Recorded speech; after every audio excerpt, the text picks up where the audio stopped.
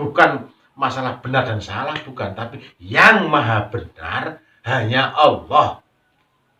Yang maha benar. Nah, sekarang balik ke Jawa kan. Yang maha benar juga Allah.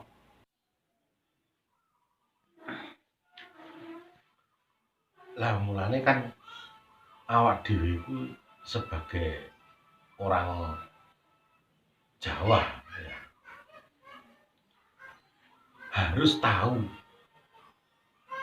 apa kan gitu. Baik sejarah tanah Jawa, sejarah leluhur asal usul orang Jawa, bagaimana cara berketuhanan orang Jawa, ya. Baik sebelum adanya agama turun sampai agama turun. Agama turun tuh bukan kok Islam tok loh. Sebelum agama Islam banyak agama-agama, ada Sunda Wiwitan. Kawitane pertama agama di Jawa, Bu. Yang agama Samawi itu namanya agama Sunda Wiwitan. Nah, itu tapi sebelumnya tuh orang Jawa itu sudah berkapitayan, berkepercayaan adanya yang maha menciptakan. Itu ada. Nah, itu harus kita pelajari. Kita harus tahu. Kita orang Jawa kok. Itu tugas kita secara pribadi. Karena kita ini berada di tanah Jawa. Dan kita ini kan beragama kan. Beragama Islam. Aku kawin cilik, Bud. Ngertiku ki ngaji alif bata. Ya, mulai diajari KKN ke Surabaya zaman biyen cilik urung sekolah itu. Aku wis diajari alif bata. Orang kok diajari Jawa gak. Nah, itu harus kita syukuri. Itu juga kekayaan kita loh. Ya, itu juga kebenarannya hakiki dan malah lebih besar, yaitu kebesaran yang berdunia, yang mendunia. Nek Jawa masa piro to, Bu? Jadi orang Jawa ya yang beragama. Orang Jawa yang beragama. Kita beragama Islam. Ada yang beragama Kristen, Hindu, Buddha. Orang Jawa yang beragama. Kita orang Jawa yang beragama Islam. Ya toh? Orang Jawa yang beragama Islam.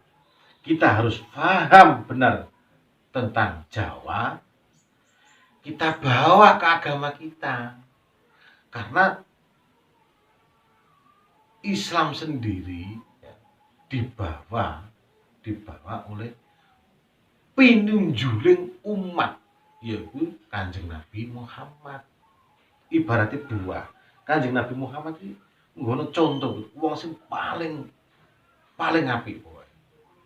Nah, wong sing paling apik. Pinunjuling umat. Gitu. Nah, kita anugerah yang sangat besar. Orang Jawa beragama Islam. Nah, bagaimana konteks Jawa ini ya, baik ajaran dan sejarah-sejarah leluhur kita hubungkan dengan ajaran agama Islam. Ya. Makanya ketika saya dibuka oleh Mbah Dul, sedulur sejati, ya, aku gak langsung terima. Saya iki piye iki kan? Konteks ini bagaimana? Karena saya beragama Islam. Ya. Pak, nek menurut gurune sampean sing nang Surabaya sik sae lho, Pak. Nek tentang kawruh Jawa iki piye menurut? Oh, enggak ada. Karena Qadariyah Wanasabandiyah At-Tijaniyah, ya, Qadariyah Wanasabandiyah, Qadariyah yang diciptakan bait pertama oleh Syekh Abdul Qadir Al-Jailani. Ya. Naksabandi dari Bahauddin Naksabandi, ya, ulama Timur Tengah. At-Tijani dari Turki. Dari Timur Tengah. Enggak ada. Kontak-kontak Jawa enggak ada. Nah, enggak ada. Saya ngerti, Pak. Ya enggak tahu. Enggak, maksudnya nih sampean kuwi dapat kawruh ngene Mbah Dul, ngerti? Loh. Kan akhirnya kan saya bawa ke sini kan. Beliau kan juga saya bawa ke sini. Oh, saya pernah ke sini. Oh iya toh. Dan Akhirnya berbincang-bincang, ya kita ngobrol dengan Badu juga. Cocok dalam arti bagaimana? Cocok hasil akhirnya. Sampai tekan hasil akhirnya, yo cocok. Berarti tidak bertentangan. Oh, ya, enggak Pak? bertentangan loh. Widato lucu. Makanya saya ini dari dulu idola saya itu satu. Siapa, Pak? Wes gak ada yang lainnya. Gus Dur saya. Gus Dur. Dari dulu saya itu idola saya Gus Dur. Pencipta Islam moderat. Karena apa? Ya, buktinya kan ada Konghucu dimerdekakan, dikasih hari raya. Banyak itu yang dibebaskan. Itu karena apa Gus Dur? Berdasarkan rasa dia. Beliau berdasarkan rasa. Ini ketuhanan, punya hak yang sama. Di sisi Allah punya hak yang sama. Sisi kemanusiaan loh ya. Tapi berbeda-beda praktek. Karena Gus Dur percaya yang maha benar hanya Allah. Yang maha benar hanya Allah. Gitu loh. Jadi Widatul Wujud itu begitu. Maha benarnya hanya Allah. Berarti Gus Dur Bahkan nabi-nabi sendiri itu mendapatkan gelar kenabian bukan dari membaca kitab, bukan.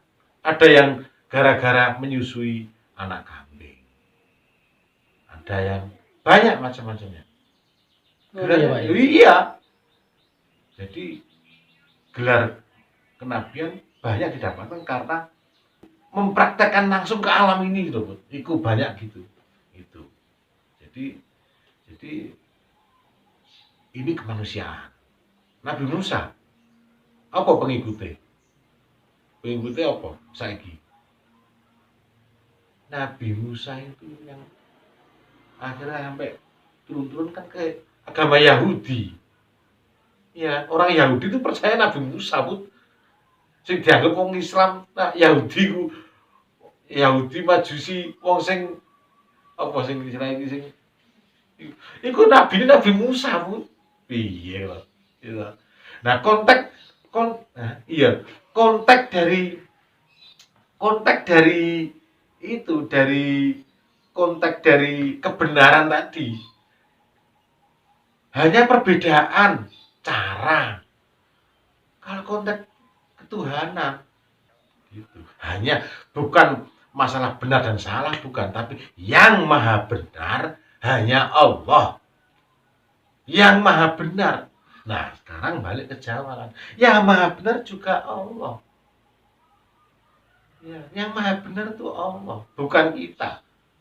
Awakmu saiki apik sesuk disesatkan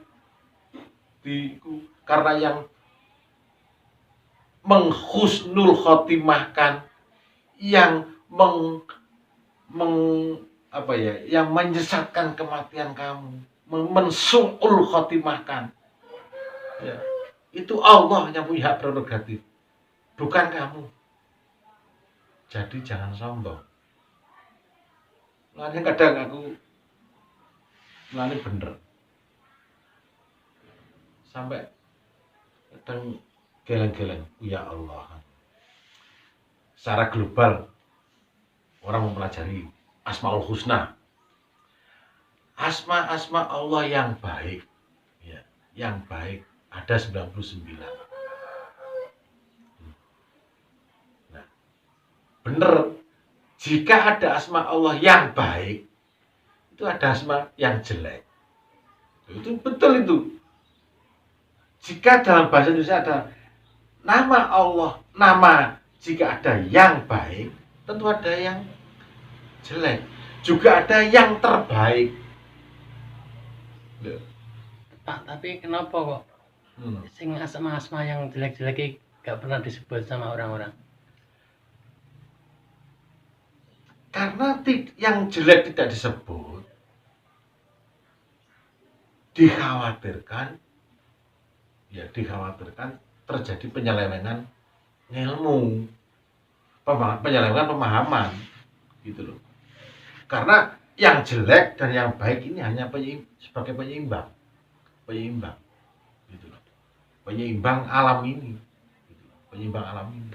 Allah punya punya punya aksi dan reaksi, punya penyeimbang gitu loh, kebijaksanaan.